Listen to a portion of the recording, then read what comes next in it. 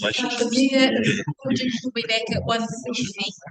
So I will ask if Tareka can just open up with a karakia, and then we're going to hand over to the staff and we'll deal with the RMA reforms first, and then when Tanya comes back we'll deal with the government.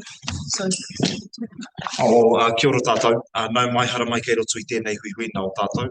Whimana ko te ora pai koutou I tēnei kei raro I tēnei ākuatana. Ai, nau mai whakatau mai ki nā kaimahi, nā rina raupā me nā waiwai o tēnei kaunihira, o tira ki nā mānai I noho I mua I a tātou nā kai kaunihira, o tira ai. Tēnei te mihi kia koutou, kia koe Andrew, me tō ope, nei rā te mihi kia koutou katu. Anei tō tātou karakia whakatūwhera. Atu kua te wairua kerere ki nā taumata hei arahi a tātou mahi katoa. Tā tātou whai ngā tūtana rātou mā kia mau, kia kaha, kia kora e naro, kia pūpuri, kia whakamaua, kia tīna, tīna, haumi e, hui e, tai ki e. thanks very much. So we're recents, are we? And Damon and Simon? Good afternoon, councillors. Thank you for the opportunity to present to you today on some of the central government submissions that we've been working on, as well as trying to get you up to speed on some of those that have already been submitted on. And you'll be quite familiar with some of the legislation that has been passed in the last few years. So walking away from today, I think just making you aware of what's already been submitted on, and then we are seeking some direction and some guidance from you, or some feedback from you on two submissions that are due later this week and early next week. So just by way of process for today, I'll briefly introduce today's topic, and then I'm going to hand over to Damon and Simon, who will talk through the Natural Environment Bill and the Planning Bill, and the submission from the organisation's perspective, and then I will introduce the Simplifying Local Government proposal, and the Mayor will then discuss with you the submission that's been loaded into Stella for your feedback. So look, the first point up there is actually from a news article. The government has agreed to reforms that refocus local councils on delivering essential services and core infrastructure, spending responsibly and operating under greater scrutiny, with a focus on what must be done. And that was Minister Brown who said that. There's been a range of reform packages, or the whole package, but a range of reforms that have come through over the last 2 years, 24 months or so, and they cover a large cross-section of what we as local authorities actually do. This table just highlights a couple of the big rocks that have fallen in the last 2 years that we have, as a council, have worked through and actually provided some input into some of them, but you will all be aware of a lot of them. I think picking a couple of them, there was the whole repealing of the Three Waters legislation, and then the local water done well legislation was introduced. We had the binding poll on Maori wards that you would all be familiar with. The system improvements bill around the well-beings and around code of conduct and standing orders and the stuff that you would all be familiar with there as well. We're going to cover those in the yellow block today, and we'll talk about those. There are a number of other proposals that are either closing shortly or are due to close shortly, that we as a staff feel that we don't have the bandwidth, or they might not be have as great an impact on us as a council at this stage. So we'll focus on those. So I'm going to hand over to Simon and Damon to lead us through the first bit. Yeah, good afternoon. I think just today's focus really is around, and relates to the submission that we've sent through, around the two bills that have been put forward as part of the new RM reform system. So that's the planning bill, and there's the natural environment bill. I think it's quite important to note that, I suppose, in terms of generation, this is sort of once in a generation opportunity, considering that the Resource Management Act was enacted in 1991, so quite a significant change. Just in terms of the two bills, they have two specific purposes. The planning bill relates to the planning and regulation and use and development and enjoyment of land. Obviously, growth planning, housing, planning. Infrastructure relates specifically to the planning bill. And then in terms of the natural environment bill, that's really focused largely on the protection and enhancement of the natural environment. So if you like, the planning bill relates largely to the current district council functions under the RMA, and the natural environment bill corresponds to what is currently the regional council functions. So essentially bringing them together in a package in those two bills. Submissions obviously closed on the 13th of February, and this really today is really to discuss the submission that we've put forward for you to have a look at. Just in terms of the intended outcomes of the new system, there's a number of outcomes. One is, I think an important one, is fewer plans across the country to navigate. Currently there's about approximately 100 plans, if you look at this district and regional council plans. And this narrows it down to 17 combined plans for each region. And the net result should be also fewer consents, and that's largely due to greater standardization. So central government, we'll be providing standards on zoning and common activities. So less zones and standard zones and common activities that will be applied across the country, district and regional level. And a more streamlined system, so certain effects, and we'll touch on that later, have not been considered or considered out of scope. Enhanced property rights as well, so focus on controlling impacts on others and compensation for infringements on private property rights. And then also a focus on what is important, so much stronger central government direction around outcomes than we've had before. That will sit alongside the acts once the bills have been enacted. Clear consultation rules, so much clearer consideration about who should participate when and the level of participation as well. And then faster resolution of conflicts. So one of the key sort of changes in the process is the introduction of a planning tribunal that will be dealing with matters, I guess, of less importance than what the Environment Court will deal with. So disputes that are at a lesser level. And then more proportionate and reasonable consent conditions. So simpler consent conditions associated with consent so that the system can work efficiently and smartly and obviously a lot quicker. And then clear environmental limits that are set so that can provide certainty for development, but at the same time ensure that there's ability to protect and enhance the natural environment. And then also better and more consistent enforcement. There's definitely a move to centralization as far as possible around enforcement and monitoring, and obviously that has its connotations for us as well in terms of resourcing. So essentially a more directive framework. So if you like, an inverted pyramid where you've got the planning bill and natural environment bill sort of setting the scene around the management of land and natural resources. And then below that, and supporting that, regulations and national policy direction that's set to support that. So for instance, the standardized zones of the planning bill and the environmental limits in the natural environment bill. And then the regional and local government would then develop combined regional plans that deal with spatial matters, the natural environment and land use. That would obviously be taking that direction from the central level. And the net result is fewer plans, and then ideally fewer consents and permits in the system, so the system users obviously have an easier environment for development. So, just going back to the narrative, there's the national policy direction standards at the top playing the central role, setting the objectives and expectations. And then at a regional and local level, ideally the scope of matters that can then be regulated is much narrower than it has been in the past. So we dealt with a lot of stuff through the consents, and ideally a lot of that would be taken out through clearer direction, and the consenting process will be a lot simpler. I think that's the essence of why there's that framework in place. Just looking at the new national instruments, essentially you would have once those bills are enacted and due to be enacted obviously before elections. You would have a Planning Act and a National Environment Act.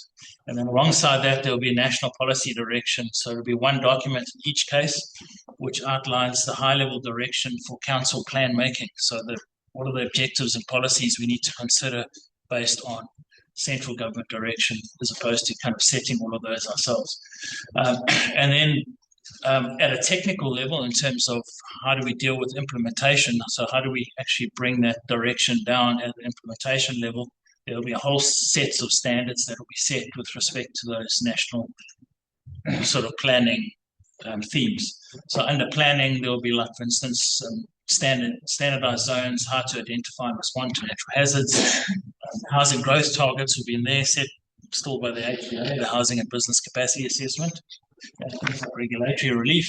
And then equally in the Natural Environment Act, there will be things like environmental limits, the construction of water storage, construction of wetlands, etc. So standards in relation to all of those elements.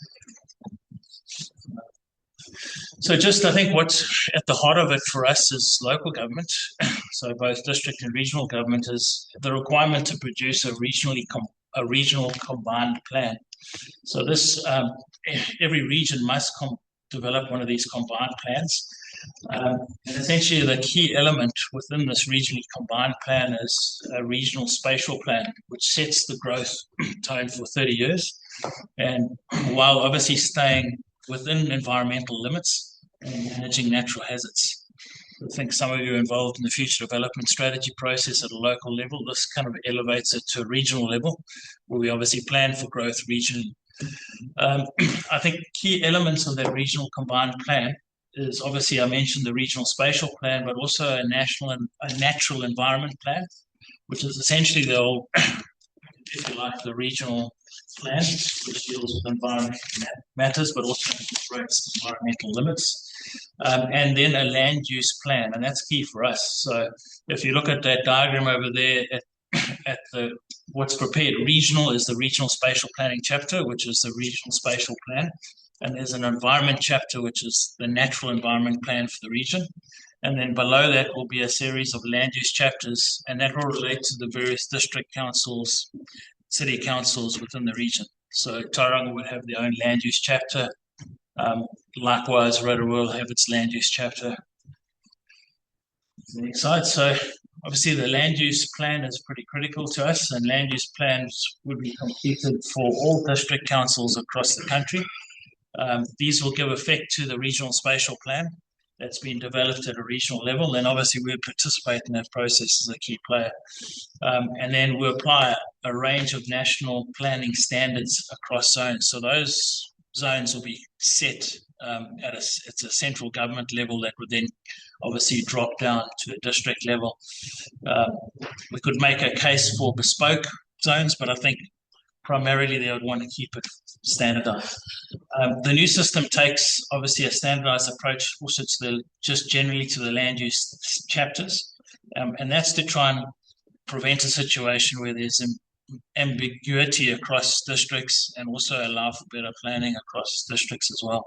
And then also it will allow councils to focus on where growth goes and what it looks like, rather than focusing on technical rules. So I think previously we sort of caught up in the mechanics of consenting rather than focusing on outcomes. So it's really to try and get us focused on a more outcomes-based approach. Environment plans, that talks largely to the regional council and its role. So at a national level, there will be a set of environmental limits relating to human health that are set. And I think quite importantly is that at a regional level, we would be able to set regional environmental limits relating to ecosystem health. The diagram on my right here talks to obviously the environment limits that must be set to essentially protect the air, land, and soils, fresh and coastal water, and indigenous biodiversity. And then central government's role is to set those limits for human health, but also to prescribe methods for environmental limits. And then the regional entities or regional councils would set limits to protect the environment. The other key changes mentioned in the bills is really narrowing the scope of consenting. mentioned the fact that they want to sort of take out the complexity of the consenting process and really reduce the range of effects and narrow the scope of effects that are considered during the consenting process. So some of the adverse effects that have been proposed to be out of scope is things like visual immunity, building, the internal and external layout of buildings, landscape effects, and impacts on trade competition and distribution of trade. And then also changes to notification, participation, and dispute resolution. I think thematically there's a move to try and reduce participation through the process and have a more targeted approach to engagement. And also notification, for instance, will occur when adverse effects are more than minor, and in terms of the planning bill, and then in terms of the natural environment bill, obviously looking at where things are significant. So there's a whole new regulatory relief framework that's been proposed for the system. We're yet to kind of understand some of the mechanics of it, but it's been proposed that obviously councils provide relief where planning controls have an inverted commas unreasonable impact on landowners, and there's obviously compensation in that process. And then infrastructure funding reform as well, moving away from traditional financial and development contributions to a sort of a more levy-based system, which is supposed to be applied in a more flexible way to growth catchments to enable infrastructure rather than be pinned to obviously the requirements under the financial and development contributions. So just in terms of, there's obviously a transition period to the new system, and this is where it will probably get a bit more complicated for us operating in the RMA environment, is the transitional period where consenting activity continues under the RMA while the new planning instruments are being established or assembled. They have said, look, consents the expiry of consents will be pushed out to 2031, so they've obviously given a bit more leeway for existing consents that are in the process, but we'll be having to manage this process 1 month after legislation is passed. So as soon as the bills are enacted, we'll be in that transitional phase of applying the RMA as it is, together with some new transitional rules that will come down. So some of those would, for instance, be some tweaks around the narrowing of the scope of effects. And at the same time, we'll also be in the throes of trying to understand national instruments and what that means with respect to also the regional spatial plans that will be notified and applied. And then land use plans and natural environment plans will also be prepared during this transitional period. So I'll reflect on when that period sort of kicks in later in the timeline. So just looking at the timeline, obviously the bills were introduced at the end of 2025. We're now responding to the bills, and the bills will then be enacted before the elections this year. So a lot to still transverse. So there will be that first suite of national direction to inform the spatial planning and transitional consenting process, which is essentially what we've received now, and then the planning tribunal will be set up this year as well. So in terms of what that means for us, we'll then commence the transitional consenting system that I spoke about in the previous slide. And then 2027, which I've kind of put a dotted red area, is where a lot of work will happen at a local level. So we'll receive at a central government level the second suite of national direction with standardized zones and limits. And then we would have to be preparing from early 27, really get into the preparation of that spatial chapter for the combined regional plans, which is essentially your regional spatial plan. So we're working closely with our regional partners and other district partners to develop that. And then it's required that sort of in late 2027, we'll be notifying those spatial plans, regional spatial plans. Only then in 28 will a national direction be set on the allocation to support efficient natural resources. So your environmental limits will be set in 2028. And then spatial plans will be at a local level will be decided in 2028, and then the remaining regional chapters will then be developed And then the whole system will be made operative in 2029. I think key takeaways, though, at the bottom is councils only have a year after the spatial plan to produce their land use plans, which is pretty tight. Obviously, speaking for ourselves with a lean planning team, policy planning team, there's going to be a lot of onus on us to try and work at speed to produce this. And then also the total time for a full combined regional plan is only 2 years. We went to a webinar with local government together with NZPR. They were saying that on average it takes 5 to 7 years to develop district plans through the RMA process. So it's quite an ambitious expectation to put that whole regional plan together within 2 years. Just in terms of us, so that was sort of laid out the context of the two bills and what was in the bills. Just in terms of our submission, obviously we support the intent to have a better enabled development. I think really the intent behind these bills is to have a sort of a permissive development environment while at the same time trying to manage the protection and enhancement of the natural environment. I think what we were saying up front is that there should still be more clarity around why two bills and why two bills are better than one. So I think it wasn't, in that respect, it wasn't too clear how the bills work in conjunction with one another. So the relationship between the bills could be spelt out better.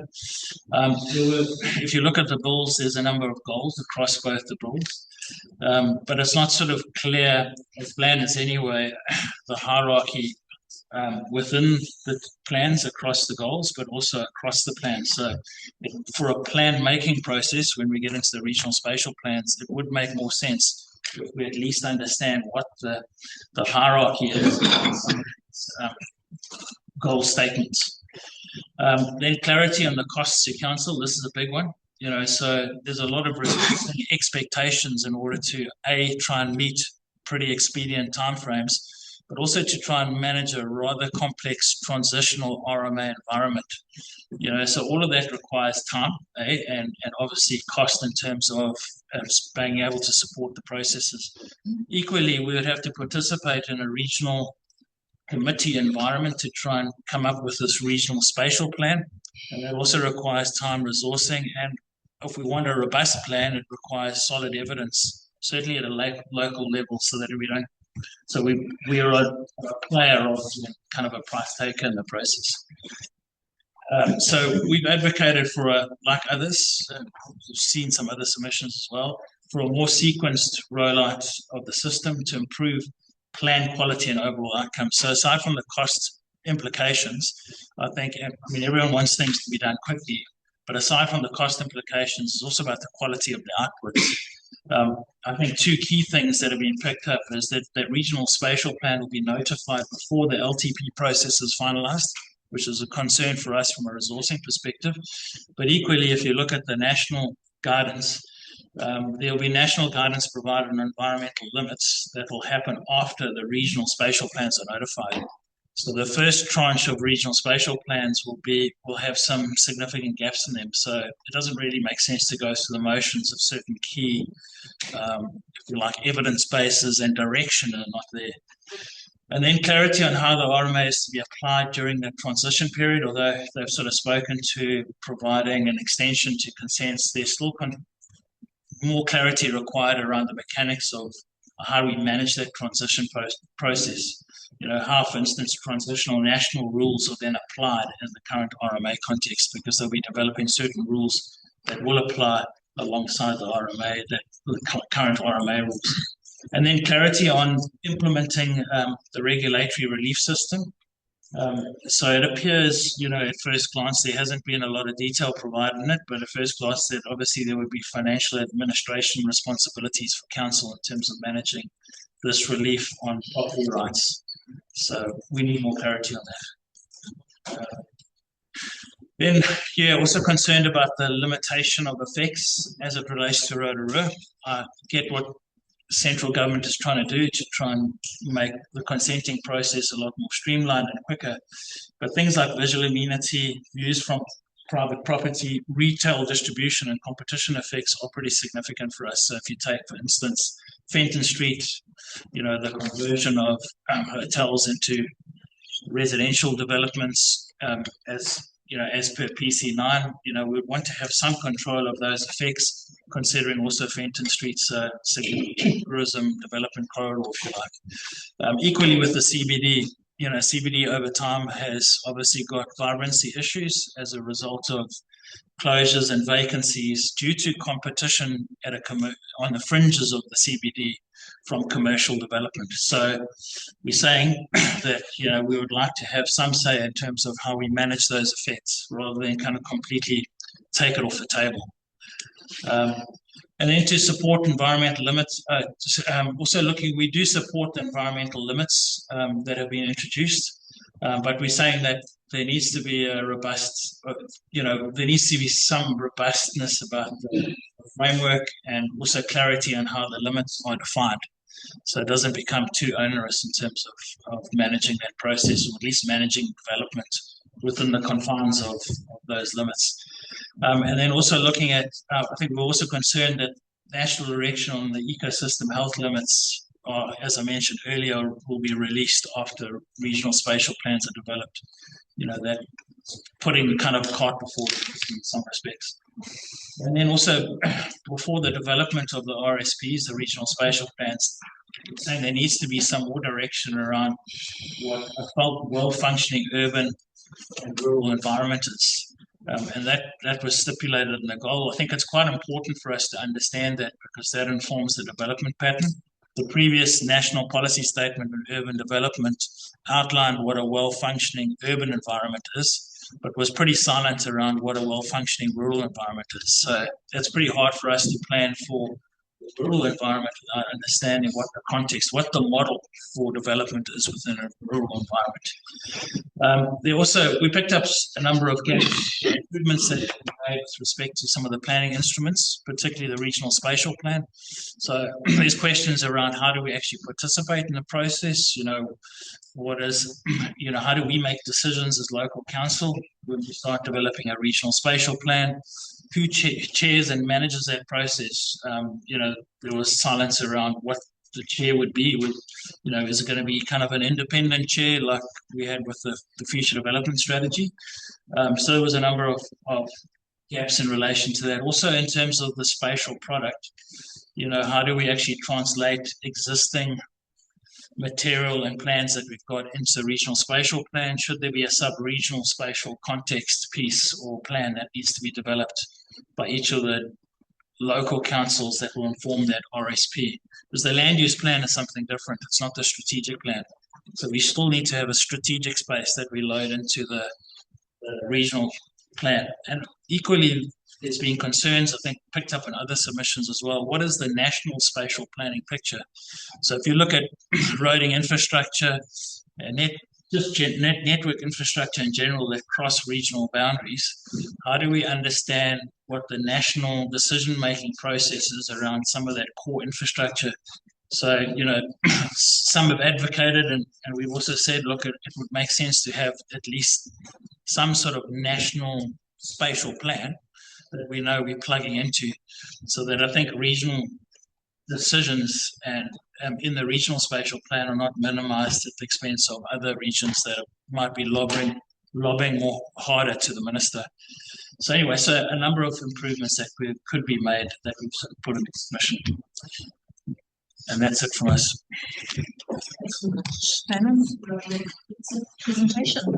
So, councillors, questions? We'll go over here with Ben and then Tarika. Thanks. This might start off being a really silly question, but hopefully it gets to a point. Regions isn't defined in there, which when I read through, and then it goes on within the bill to talk about regional spatial plans and who's sort of responsible for it and so on. But my point then is that if we're then going through the simplifying local government, and let's say we became a unitary authority, under this, would we be our own region or not? And would that then, the timing of that, make it really difficult with the regional spatial plan that we're doing with the wider Bay of Plenty, in terms of then having to develop our own regional plan if we were suddenly deemed by this to be our own region? So there's that bit to it, and how it fits in. I was just a bit surprised that region isn't defined, because the regional councils certainly advised us that their understanding of the legislation is that the regional spatial plans are down along regional council boundaries. So it would, yeah. So regions isn't a region isn't a defined term in there, and it goes on to talk about it. It does go on in the bill to say sort of basically that make that point, but it's not a defined term. And my third point on that is that if it should be defined, and it probably should be defined at a time, like it would be really helpful if the bill said, as of 2025, these are the regions on this map, because if we became our own region, then we wouldn't necessarily have to work with the wider region. And so I just want to know what the regions are, not just now, but in the future, in terms of what the simplifying local government changes might be, because we could end up with 3 unitary authorities in the Bay of Plenty, for example, and I have no idea under this. I haven't read what the effects of regional spatial plans and working together, and who would be on the regional spatial plan committee, and how that would run, and all of that. So that's one point. The second point is the regulatory relief. That's just quite scary from our point of view, or my point of view. And in terms of making submissions, I was just wondering if we could give some examples of what that might look like. So whoever's reading this turns around and says, oh, you know, this could happen. Like, a story is always more memorable than just making a point. The last bit I have is I just ran into someone while I was getting a scone from Fish and Game, and they were saying in their submissions, they're making submissions about trout and them not being because trout apparently being downgraded in this bill, and so it wouldn't have the same protections as it does now. And as a key region, like feature for our lakes, we should probably coordinating with them to understand what their concerns are, because they're saying that they won't be consulted, and that you could basically go in and ruin a spawning area or season because you're no longer consulting with the right people. So I'm just wondering about that sort of, making sure that we say something about the downgrading of trout and salmon and how that might work. Can I just back up to being your first point? And I know we've got a whole bunch of submissions going out at the moment. You touched on probably one of my biggest concerns is this incoherence. Like, we're travelling at breakneck speed, we're then going to do a breakneck transition, and we don't know the consequences of that other piece of legislation that's going through. And I suppose one of the questions I thought probably we need to lift out of just our natural and built environment discussion is there a sort of set of comments we need to make across all of the submissions just about the coherence of that picture, because it does leave us with a whole bunch of gaps and uncertainties. If you look across the fence to another change over here, location over here, and it does create a piece which is significant costs to us in a really short amount of time, whether it's this one or the next one or the one over here. So at a time when they're also saying stay within your camp, I think we could honestly say we will be contributing to a breach of the camp in our requirements to meet our RMA changes. So my team will cost significantly more going into next financial year than they have probably ever cost you during your last term at least. So there's a couple of things. A, costs imposed on us. B is coherence of the change agenda and its timing and speed, and then the transitional timing to actually be effective as well. I think I just want to put that one out there because it's almost the helicopter one. These guys have been really straight on just sticking to our core principles and core issues, but actually there's a whole bunch of wider pieces in this too. That's all from me. So take those as points to add value to the submission. Thanks.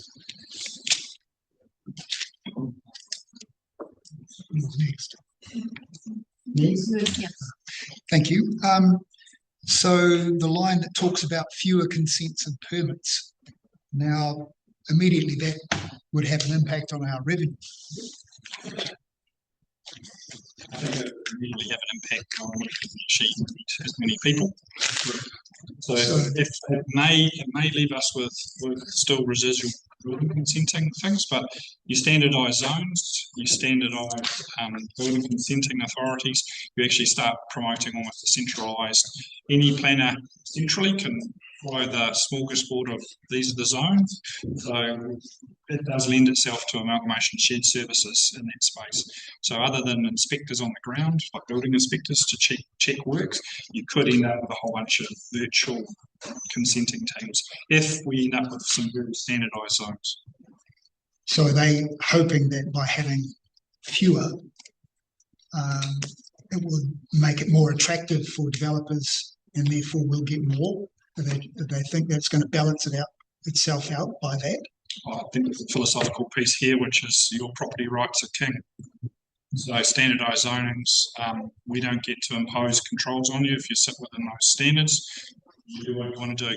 You don't get a council saying, I don't like the look of your building, or it's got a visual impact, or you need to do some landscaping to soften it. If you want to develop a bunker, you can develop a bunker within the parameters of those standards. So that was what I was getting at, the narrowing of the scope of consenting. That statement basically says it's taking out visual amenity, building layout, landscape impacts, etc.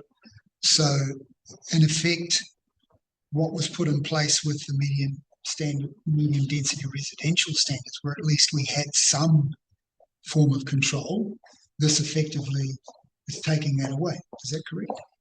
I think you're looking at, remember the minister was one of the architects of that kind of discussion, so this is the pathway we're on. So that was the residential zone of it. I suppose we're kicking now into the industrial, commercial zones, and rural zones will be in the same sort of parameters, would be my interpretation. So yes, more standardisations within your envelope lets you, as of right, do more. So I recall when, I think you might have raised this or myself earlier about the medium density residential standards, that we were told in the last triennium that we would have the opportunity to decide where they're applied. But your answer recently was that with this new change, that could be all gone anyway, and we won't have. Is that where this is heading? That's where we've now pivoted to. They've moved away from that to say we may get one or two standardised residential zones, which may look like MDRS or may not, likely it will, and that will be New Zealand standard. Just to be clear, that we don't get to play with the definitions. We might get to, you might get a chance to say where they apply in the city. For our spatial planning piece, to meet high growth requirements, which was another sort of set of standards that will be locked in to this, we will need to show, like we do with our HBA, how we're going to accommodate that growth capacity. So the regional spatial plan determine where we pivot the land use plan. So I guess at a regional level, we'll decide where, in the question of where things happen, we decide there. So the land use plan will support that. So potentially we could say, I'm just picking a name out of the hat, Glenholme won't be full apartment buildings, but somewhere like the CBD could be. We could get to decide where those intensification happens. Is that what you're saying? Yeah, I mean, but it's underpinned by evidence. So I guess the prevailing evidence is still the same. So for instance, in that case, then the housing and business capacity assessments are still valid. So they've still indicated that the current evidence base, particularly when it comes to housing, is what we use. So I'd imagine that would still, you might have some naming conventions that will change, but I think the essence is probably more or less going to be the same. But I mean, we are hypothesizing here. We don't know what it's going to look like. Still crystal ball gazing. Okay, my last question, thank you, is on the environment plans. It says regional entities will be responsible for protecting the environment. So would that mean responsibility shifts to us for things like the prevention of gold clams getting into our lakes, the wallaby eradication? Is that going to be falling to us? I wouldn't think so, no. I think this is where we get the crossover. We've still got the equivalent of regional policy statements is now being subsumed into national standards, the regional that environmental plan. The shape of local government underneath that through the simplified is the unknown. So where those service delivery, which because you're talking service delivery, we don't know what entities exist underneath that, or even physically what those boundaries are.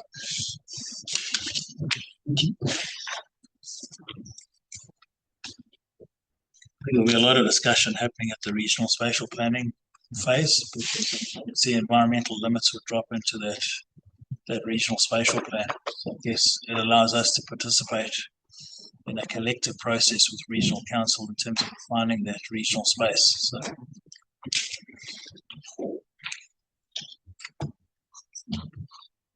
just considering what Councillor Patterson's raised and the answers that have been around, I'm very supportive of actually understanding what a well-functioning urban and rural environment actually is. I think that's a really key part to the submission. So thank you for putting that forward, because without understanding those two things, we're going to run into a whole bunch of these things that have just been mentioned.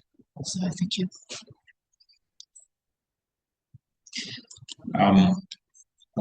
Yeah, sweet. Thank you, Councillor Patterson. You hit one of my questions right on the head there. So I'll skip to my next one. Mine is more around the terminology alignment. So Section 8 of the bill speaks to Crown obligations to Treaty of Waitangi, to Tiriti o Waitangi. It says national instruments. There's no mention of regional spatial planning. But there is land use, but they also reference natural environment plans. Is that the same? The natural environment plans are the same as the environment plans? And I'm guessing spatial planning is the same as regional spatial planning? yeah, there is a bit of it to, they sort of go in and out of using terminology to explain the same thing. Yeah. So essentially the environment plans are the natural environment plans that are developed. And those plans, you take direction from central government, but it's developed at a regional level. So there's a combined plan that's developed at a regional level. One component is the natural environment plan, which in some instances they define as the environmental chapter. It's essentially the natural environment plan. And then there's that regional spatial plan that pulls that in. It references the natural environment plan. And then obviously the land use plan that is essentially the district plan that fits into that process. Okay, gotcha. So we input into the natural environment plan and the regional spatial plan, but our component is the land use plan. Okay. Okay, all right. So in terms of our submission, have we consulted or engaged with any of our iwi partners on their thoughts in terms of what they're submitting on this legislation, or is this purely just RLC? Yeah, we've RLC. I mean, we participated through the NZPR webinar process, and they did have some iwi experts talking to elements and obviously issues that they wanted to raise, which informed some of our submission points. I think particularly around cost for iwi and in order to support their participation process. And I think the other thing that was picked up is that there seems to be front-loaded consideration of iwi's participation in the planning process, but it's fairly silent around their role in the consenting process. They said, look, there needs to be a bit more clarity about how iwi sort of fits into the decision-making process. It did seem, because it did seem that it was a lot more front end stuff rather than the back end stuff, which I was really interested by, and the impact of that. Okay, I just think I don't know if it's a consistency question, but I just wonder, because when we're reading our briefs and then we're sort of trying to compare that to our analysis of the legislation, and those terms aren't aligning in definitions or even in how they're written, it just makes it difficult for us to understand what we're actually looking at, and whether or not that's it's a council way of looking at it, or if it's a central government, if it's a perspective thing, then that's okay. maybe it's a terms of reference, but maybe sort of like a glossary or something like that for us, just to help with understanding what we're talking about. Yeah, at that point, because there were some definitions also that we picked up. Some words weren't defined. Yeah. So we'll add that alignment of terms in. The other one was just a question around, because they've got Treaty of Waitangi and Te Reti o Waitangi. Well, yeah, I think that's a interesting point as well, because in the scope of recognising Crown responsibilities, they reference the Treaty of Waitangi. So under that subheading section 8, they've referenced both, but then it's just the treaty that continues to be referenced underneath the subsection. So I just wonder if that's a translation, or if it's actually the two different interpretations of the document. I don't know. That's probably another point of clarification. There's a gap there. There's a bit of a gap here. Are there any other questions? Otherwise, okay. Just one super quick thing in terms of trying to make things simpler for the public and working within plans. Could you throw a curveball back at them and ask for them to simplify cross leases, like the transition from cross lease to fee simple? Having a simplified process there would actually help a lot. Point taken. Especially here in town. Picking up on that, well-functioning urban and rural environments. With rural environments, do our sensitive lake environments get rolled into a rural environment? Because if they are, then particularly the nitrogen capping reductions that we've done the decades goes out the window. Am I reading too much into that? No, you would anticipate that would fall within the rural environment. Yeah. So understanding those nuances would be quite important. But I think overarching that is our approach to the rural environment. Big questions to answer. I think there's a core discussion here. Right? You take away 68 district plans. I've heard the Minister describe hundreds of variations on zones, I've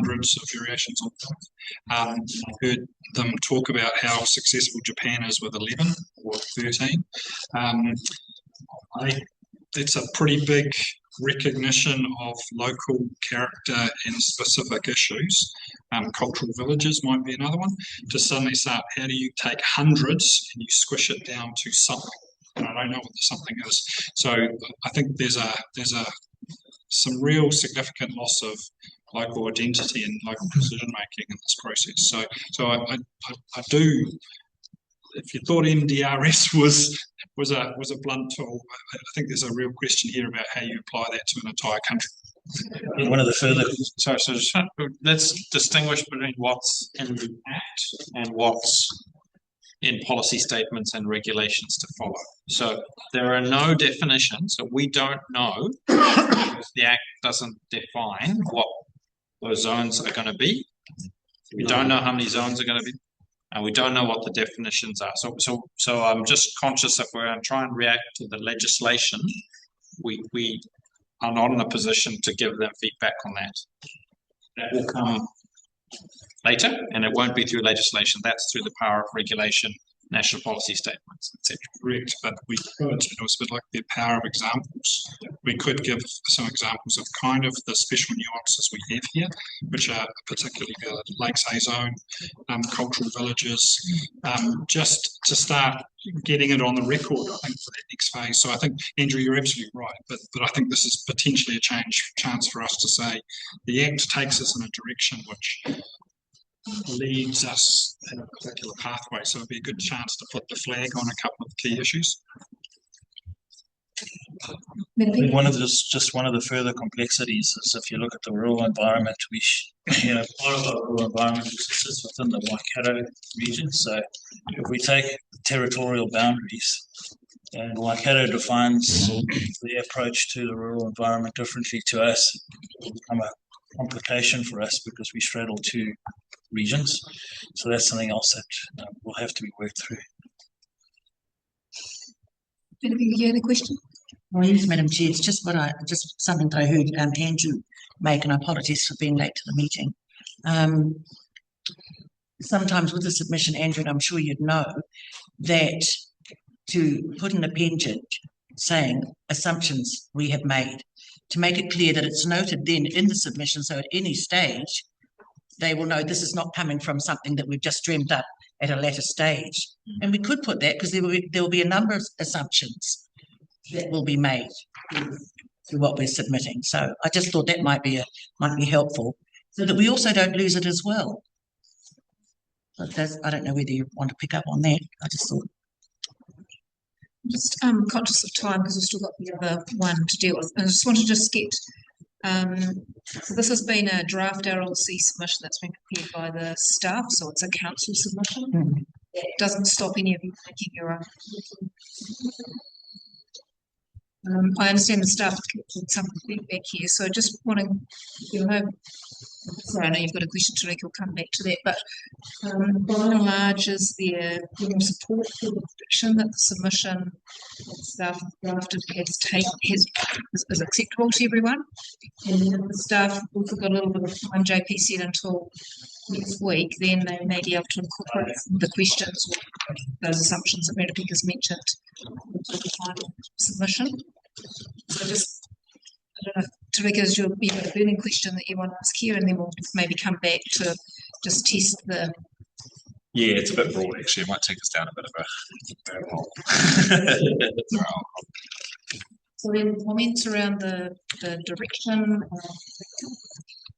the submission on behalf of council, because this is a council submission, so not a decision today, but there was some consensus that was in agreement with the submission.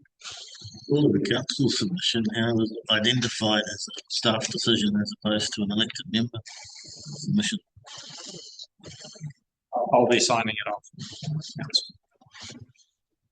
Council's kind of an ambiguous term, isn't it? It's an organisational submission. So I'm the legislation says that I'm the primary administrative officer for this organisation. So on that basis. Madam Chair, it's highly appropriate that council make a submission because we will be impacted, the work of council, everybody here will be impacted by the submission, well, by the government's, yes. Absolutely. Just to confirm, anyone else wants to make their own submission, they close this Friday, the 30th. They've got 2 days. There's no other comments or anything, then we'll bring this bit of the decision to a close, and then we'll hand over to the Mayor and we'll go on with the second submission on simplifying. That's all right for that one, Jake. Thanks, Ramon and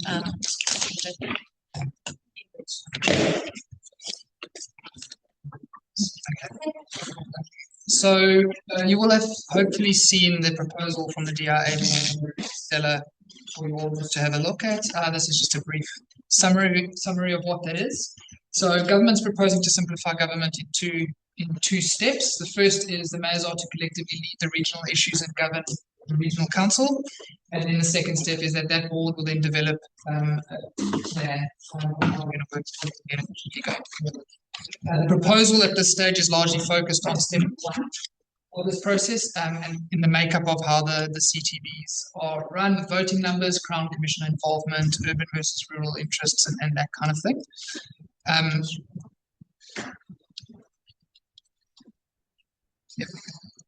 then, thank you. So just a reminder that we are in an open workshop as well.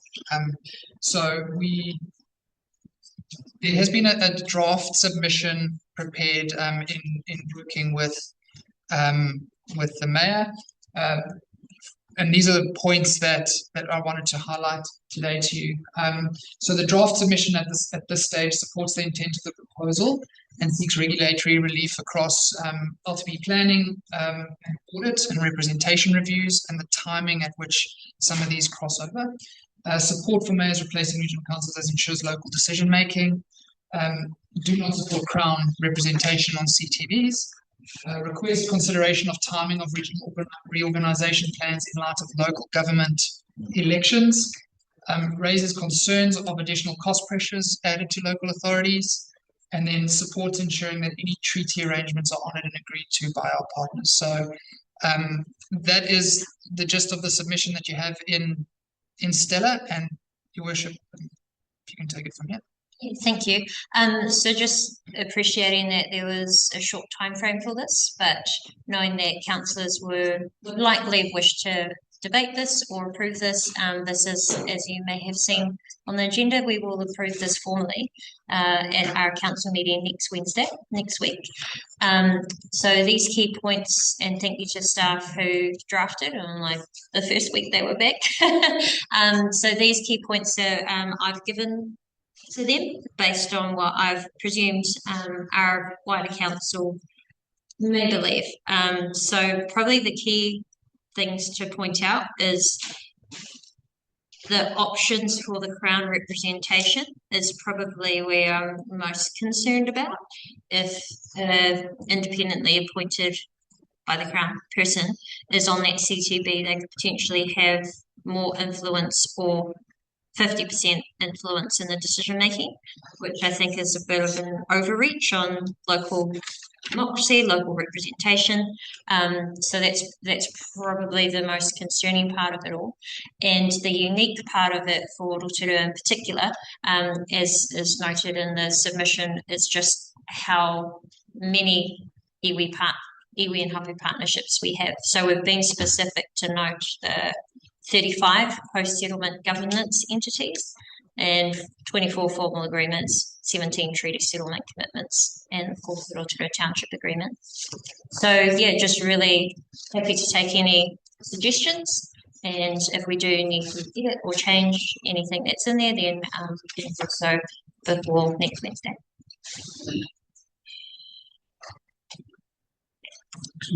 So we'll go Trevor in there, Rob. Madam Mayor, just got a question on that third bullet point as well. We have 6 mayors that will be on the committee, so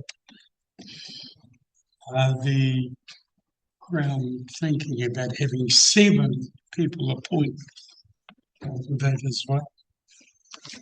On all of the CTV, we technically have 7, including Taupo, although Taupo are likely to sit in the Waikato CTV, and yeah, so all CTVs will potentially have a Crown appointed person. Is it one person, or they're putting? I understand it's one person, but then the voting arrangements, they could potentially have half or more. Did you want to add anything, Andrew? Oh, yes. So just this is probably a point of much discussion around councils around the country, because the government is open to either there being no Crown representation, or an observer only, or a veto power of the one Crown representative, or a majority votes by the one Crown representative, or no mayors at all and only Crown representatives. The whole suite are contained within the government's policy announcement, which I've circulated to you all. So those are all possible options. Yeah, just picking up on the representation review, I probably wouldn't be supportive of deferring that. I know we had a pretty traumatic representation review almost 6 years ago.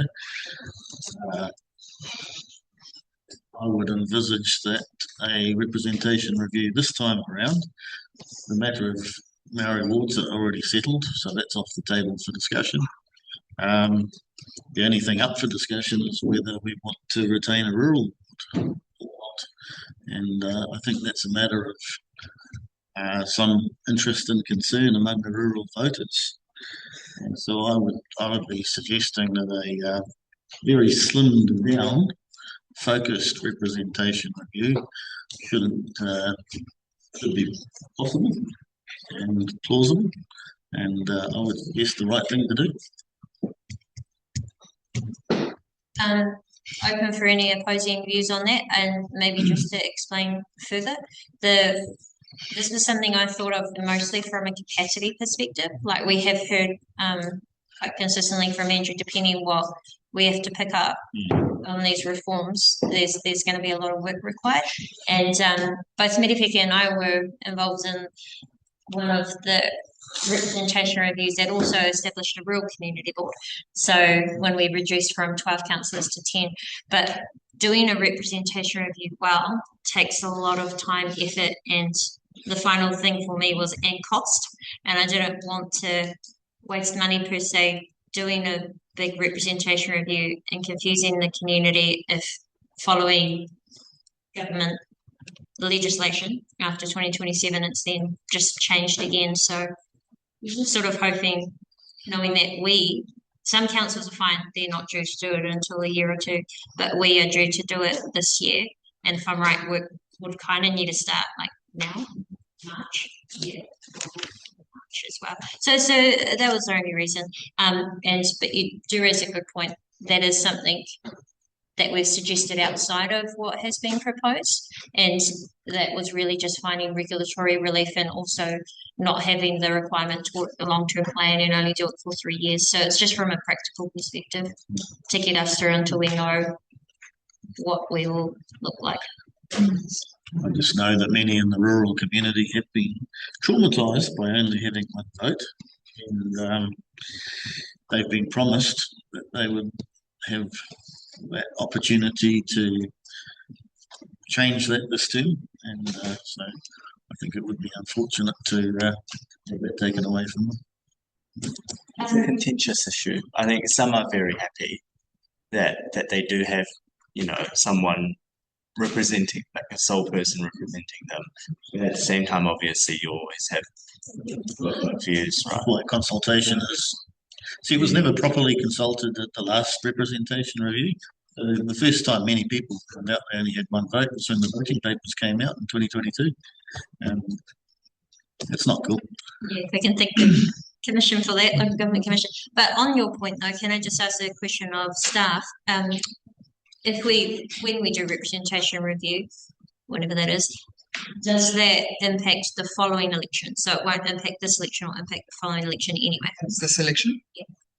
And this the election as well. It's a okay. cycle, 6-year process. So it will impact this election. So yeah, we would need, in an ideal world, we'd need a commission authority on the new makeup of the representation by sort of March 2028 to allow enough time for an education process through the community and make sure everybody's aware of what, if there is a change, what that change is, which is something that we didn't really have through the last time.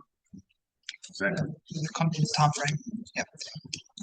And I think, sorry, Your Worship, make a note that there is no option for us to do a condensed version of a representation review. We need to consider legislation. If we have an appeal or an objection against our representation review, it'll go to the Local Government Commission, and they will impose, for lack of a better word, the arrangement on us. So we need to spend the time and the effort with the communities up front to make sure that everybody is very aware of where we're at and the research that is required in that space. You would agree that the Māori board is the table, wouldn't you? But change, sorry, if I can try and summarise. So changing anything affects everyone's proportional representation. Yeah. So you can't do a representation review only looking at one sector of the community. It doesn't. That's against the very nature of it. Okay, so and just to be clear on the Māori ward, the ward was settled. The size of the ward was not settled. So settled by legislation. Could there be 3 councillors or 4, or so? All of that would be addressed in the rep review, which is not settled. Well, that's actually settled by legislation proportionately. Yeah, but the portion's growing. The portion's growing. This needs to be looked at every 6 years. Yeah. Greg, so you said that we don't have the ability to do a condensed one, right? So what about like our community boards, for example? So if we were to, because that is part of the as the Mayor mentioned before, the Medipika being part of the one that is the Rural Community Board. So our two community boards, if we were to have a discussion about the future of them, it would have to be a full representation. It would have to be in the context of the wider representation review for the district. And Andrew's point is we can't just target one aspect of representation and do that. We would have to look at it holistically. Can I just ask a question of context and timing with respect to a representation review anyway, with respect to the changes to local government, because the structure could well change across our region, and we do our representation review, we get our answer for Rotorua, and then we turn into something else with the whole region or whatever, and so representation changes. So Councillor, you'll be aware this was one of the key points I made in the workshop I presented last week of the advantages of not needing to go through this particular reform process, but using a different one, because with this arrangement, as you've rightly said, in March 2028, you'd get the representation arrangements for the next election, conduct the election in October 2028, but the rearrangement plans would be due possibly 3 months later, the year subsequent to that, which would then revise all the representation arrangements for the entire region. There's mention just in the final sentences of point 3 that isolated communities be provided the opportunity to determine which CTB represents them into the future. To put context to that, there's about 2,900 people that fall in the area between the Waikato region and the Plenty. Is it 4,000? Yeah, 3,900. Oh, wow. Okay, sorry. See, so that's a lot of people. So we've sort of, instead of the government just choosing, we have noted that they should be provided opportunity. Oh, and sorry, the representation review, we're just suggesting it. It's not, they either pick that up and they say yes or they don't. As it currently stands, we're required to do. Yes. Can you confirm, so for the Maori Award, it's next to the one in 2028 and 2031 is what it is now, subject to census, because I think Maori population is up to 42% now, is it? So we will have Māori wards for the next 2 elections. 2 elections. The actual number of seats is to be determined following a review. Do you know what the percentage of Māori voters on the Māori roll are? Sorry, I don't have that on hand. Because that's what determines it. And that's part of the research. That's part of the research we would need to do across the district. The important part is when the referendum. So you said that we'd have to start by March if we were going to do that, which is only next month. Yes, we would start the scoping of that project out. We wouldn't be going out to communities next month. We would start putting together the working groups required to set this all up from next month. So if we're only sending in our submission now, what's the likelihood that they'll actually read it, take it into account and give us an answer before then? So what I'd say is there's constantly legislation changing. We have to follow the law as it stands, and the law as it stands we have to do is that we have to do it. So we're seeking an opportunity for when the legislation lands. They have to change the Local Government Act to allow us to not do a representation review. And for that to happen together with this legislation is what the purpose of our submission is. We will get an indication when they announce the revised policy, which is March this year, but the drafting of the legislation we won't see until, we don't know when, but I've been given to understand late this year. It won't pass before the election. So we'd start the program, then stop the program, is what you're saying, if that goes through. Well, keep in mind, I've given you an alternative of a different work program. As of 31st of January this year, on the general roll, there's 45,200, and on the Māori roll, there's 15,000, almost 200. I think that would leave us with 3 still. Can I just talk a bit more about the cross-boundary issues with respect to representation on CTBs? We've got half our district to the bottom half worship in this Waikato region. One of the other options that was suggested was that there is representation on the CTB from this council that sits at that table as well. So that's was one of the suggestions that was put in the consultation document. Is that up for discussion? It's just, yeah, it's going to be a challenge for the people that live in that southern part of the district to see themselves in this process when they're sort of part of quite a big regional council, Waikato Regional Council, and being a small population, their voice will get lost in this conversation if it goes down that track. So just thinking about representation around that table. So,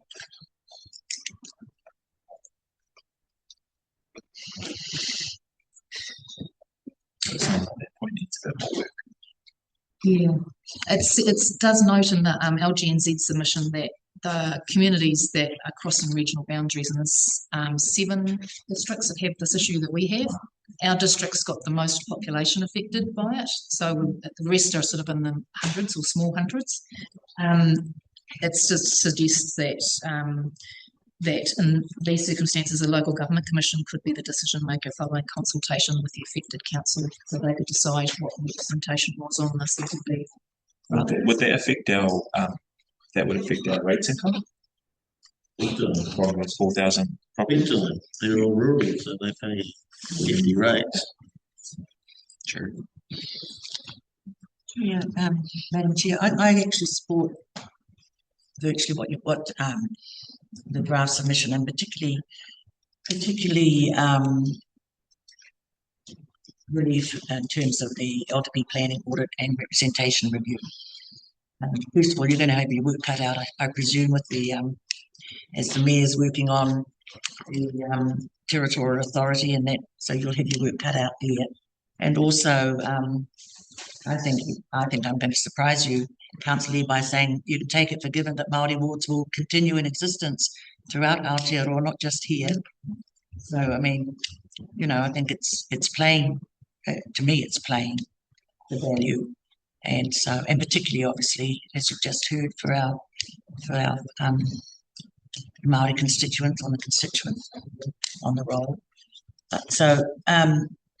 But what I was going to say about, sorry, I'm just making sure. That is also the additional cost. That's the big thing, because that's going to weigh heavily on ratepayers for all this. It's all very well to say there's a need, and I don't even know whether that's truly been established. But the fact is, it will cost the ratepayers, and so you know, we just suck it and see. Well, can't be that. Ratepayers.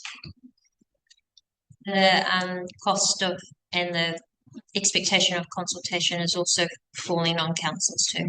So it is quite significant and cost. That's what we were anticipating. What will be business as usual. So I think it was Ben and then Greg. Yeah, in general, I support the draft submission. I think it's good. Just a couple of points on it that I wasn't sure about. Completely agree with the mayor's being on the combined territorial board. I was wondering what's happening with all the regional council committees that sit under that though, and who would then sit on all of those. And I think in our submission we made reference to being able to appoint like a non-mayor to regional council committees. I think we did. Or was that in another something? But I was just wondering if the regional council is going to continue to work, what's happening with those committees and who's meant to be on those, because I think that would be far too much for anyone, a mayor and on a CTB and then all of the regional council. So making it some sort of submission around opening that up to other officials might share that across the region.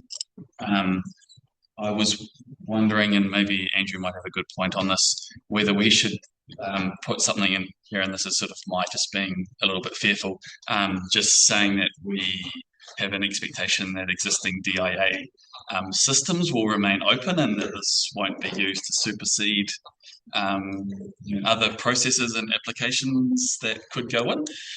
So I was just keen to do that, so we get that in somewhere. And I was just We had that actually.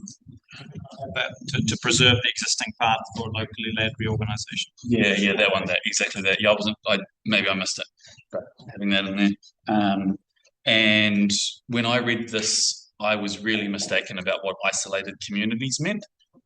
So I would just, maybe if we could just define in some way, like the isolated communities in our district are these, because I thought we were talking about, like Kaingaroa Village or Kitty Falls, or I wasn't completely aware that it was that group that sits between the both. Is that what we were referring to? Special case. Very happy to include that. I've taken a few notes, but we'll check and we'll bring it the edited version. I'll refresh the edited version on Stella. Oh, great. But tongue in cheek, picking up on Mary Peg is picking up on in terms of the cost of the ratepayers, and it may be better for the previous submission. Do we suggest that central government shares some of the GST on development or something? I think we've got that, but we've also got the Crown to pay rates on Crown property, which they don't currently do.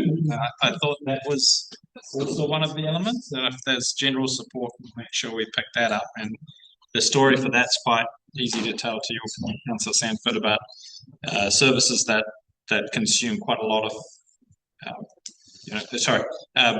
Crown agencies and assets that consume a lot of our services that currently they don't pay for, and our ratepayers effectively subsidise, such as the hospital. So, but we can include both of those that support. The shop. I think we'll get zero response for that, but it's an opportunity to bang in the drum. If you don't ask, the answer's always no. That's right. Madam Chair, can I just do not support Crown representation on I don't necessarily know whether I would agree, but I'd like to share my thoughts on that. I served 12 years on the Lakes DHB, and we had Crown representation then. And I have to tell you that without exception, most of them added value all along the way.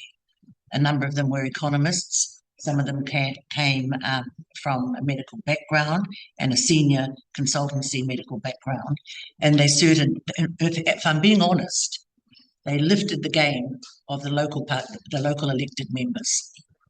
So I'm just saying, I'm not saying that we should be outweighed by Crown representation, but I do think that there is value, and particularly when we're trying to get it right, trying to get this a new organisation, you need that, not only that diversity in thinking, but you need that lift in thinking, and oftentimes that comes from people who have had experience in actually setting up entities, dealing with ministers, pushback that needs to be given, and all of that. And that is a skilled expertise that I have found was invaluable up at the DHB. So that's just a perspective that I can give from having lived experience, if you want to say, working alongside, and that was for over 12 years. Just following on from that, Rebecca, I just wondered, this places an awful lot of responsibility on you, Tanya, as well as the other mayors. And so is there a risk that without, depending on what that support is, it actually puts the governance of this organisation, just for the work that we have to do, partly at risk if we don't have necessary backup support, not only for yourself, but also for all the other mayors, because you've got a, pretty full-time job, it's more than a full-time job just running here, let alone the region. So I just think that sort of We just need to, I think maybe that this needs to be shored up a bit more rather than support the mayors. I think it's actually supporting the council, that's us, as well as the mayors, and it's not only the governance support, but it's possibly also just around that financial support, because if we have to do all this extra work or your things like that, it means that the work of this council still has to carry on and vice versa for districts.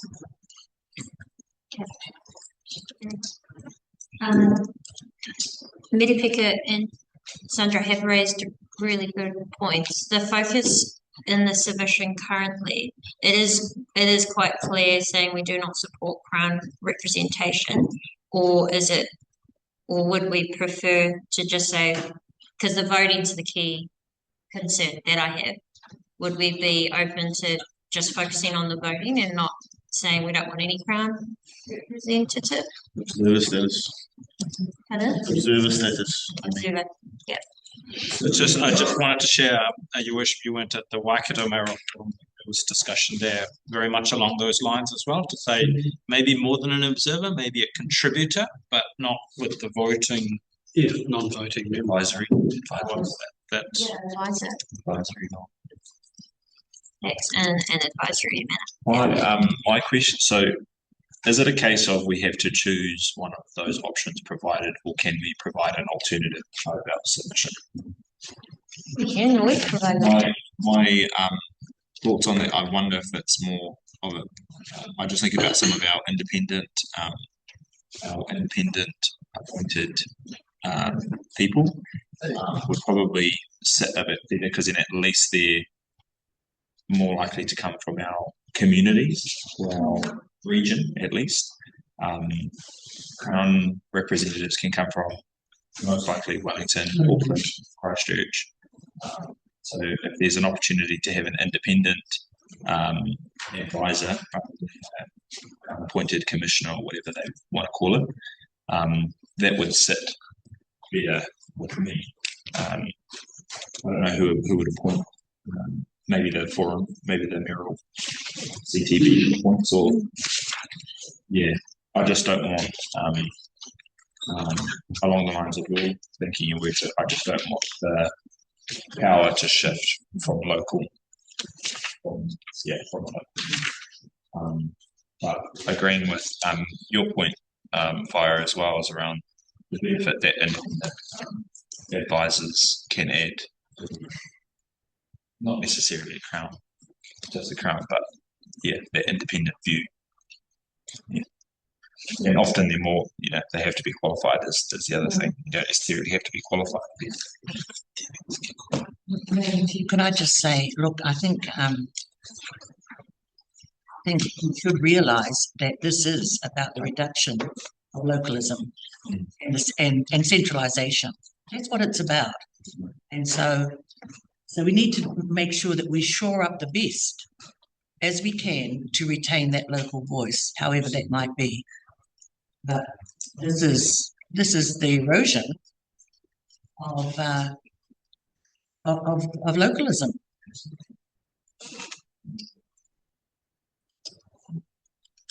For me, in terms of I'm a little bit all over with our submission.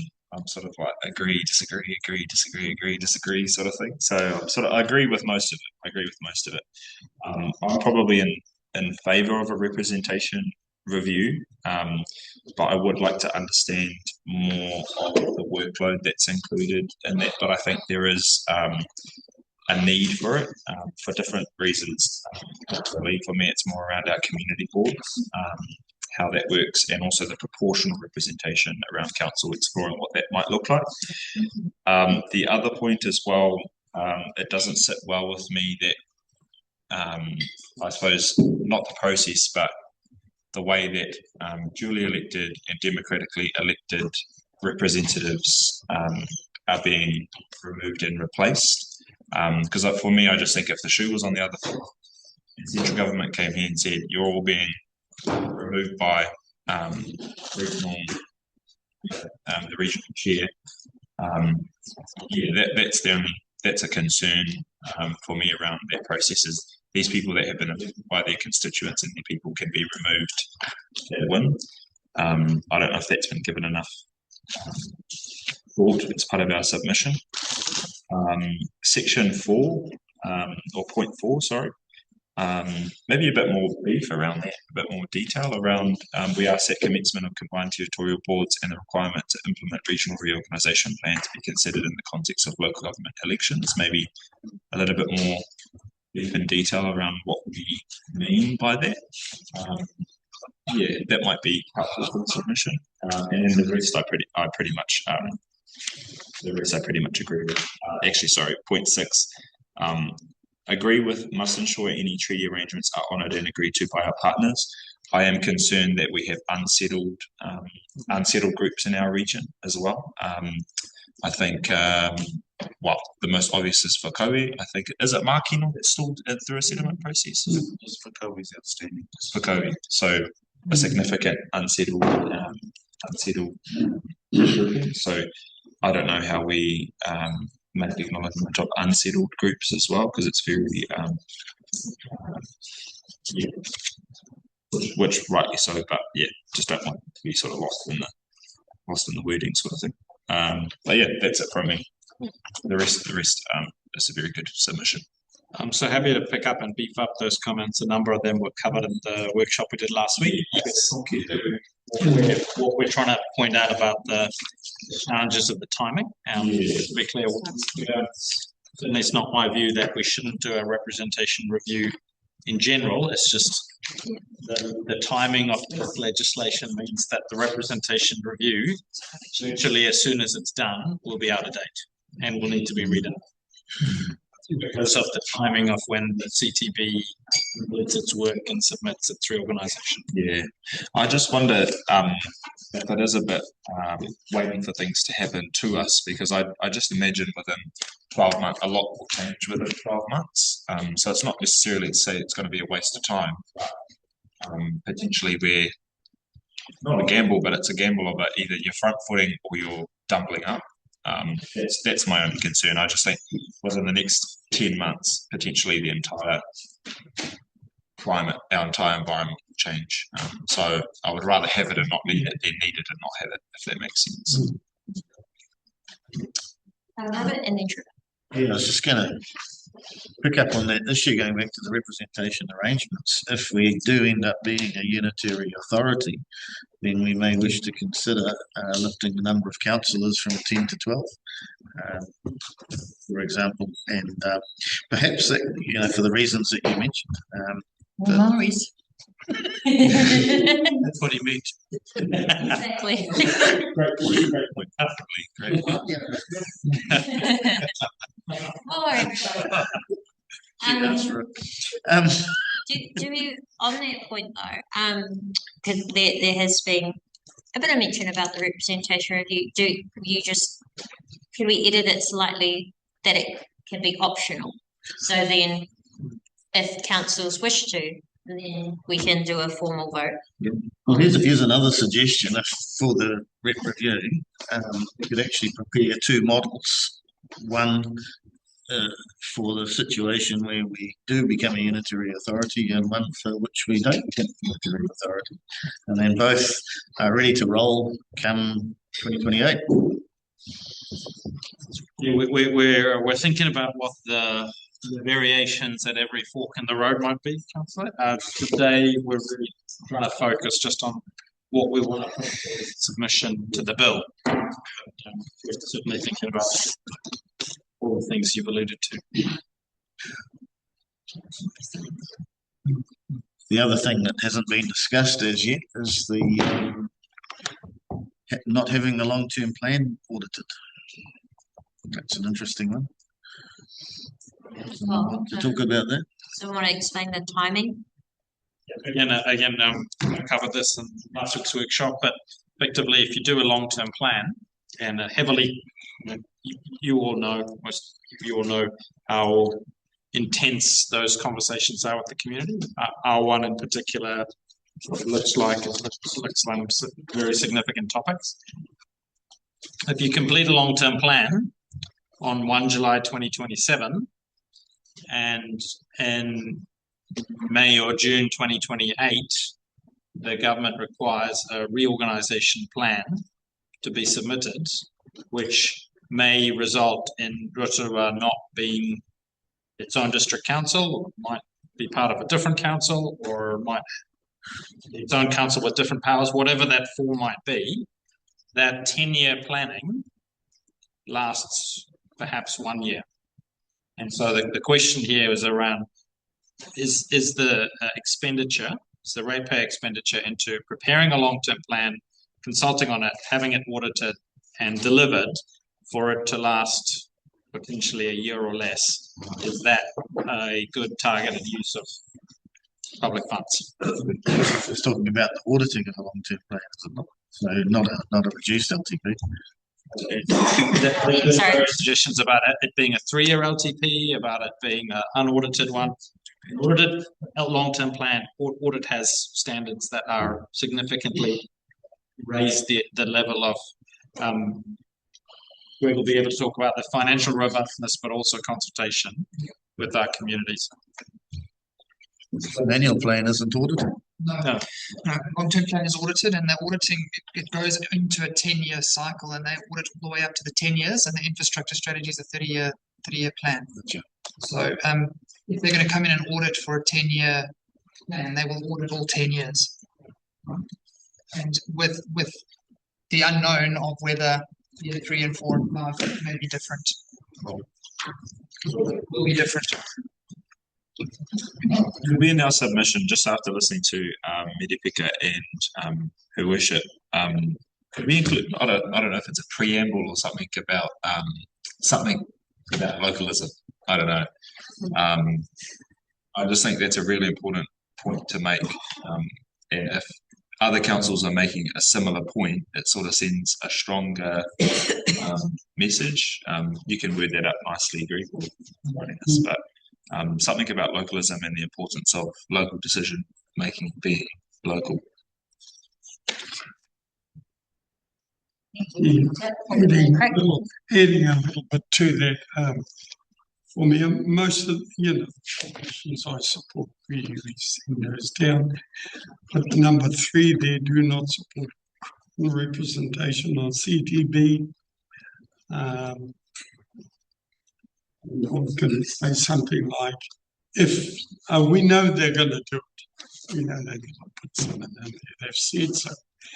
If unsuccessful, ensure that it's a local person or something like that, so that they know how we feel about that. But the only other comment I got is the last bullet point. Can you put all of those in capitals?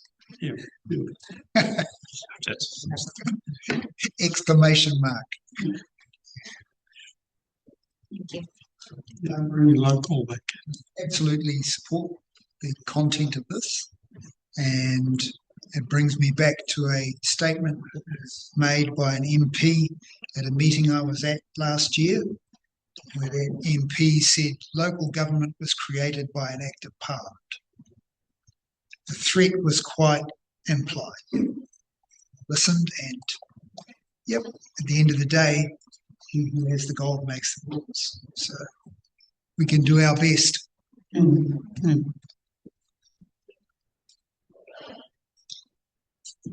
Well, thank you, everyone. I appreciate that. I can see Greg's also taken lots of notes. I have too, and we'll get that edited and re-uploaded to Stella as soon as possible. And what we'll do is we'll just track the changes as well, so you can just see what's been easier to read. Okay. Yes, yeah, but so if I can just touch on the next steps on this. So we'll work on this paper, and it will form part of the agenda next week at the council meeting. This one will come forward as an adoption of this submission by you as council to go be submitted. The conversation we just had with Damon and Simon, that one actually is due on Friday, and so they will draft that submission, and we will upload their new submission in Stella, but they will have to get that in and submitted by Friday. So that will be a noting recommendation at next week's meeting, but this one will be an adoption.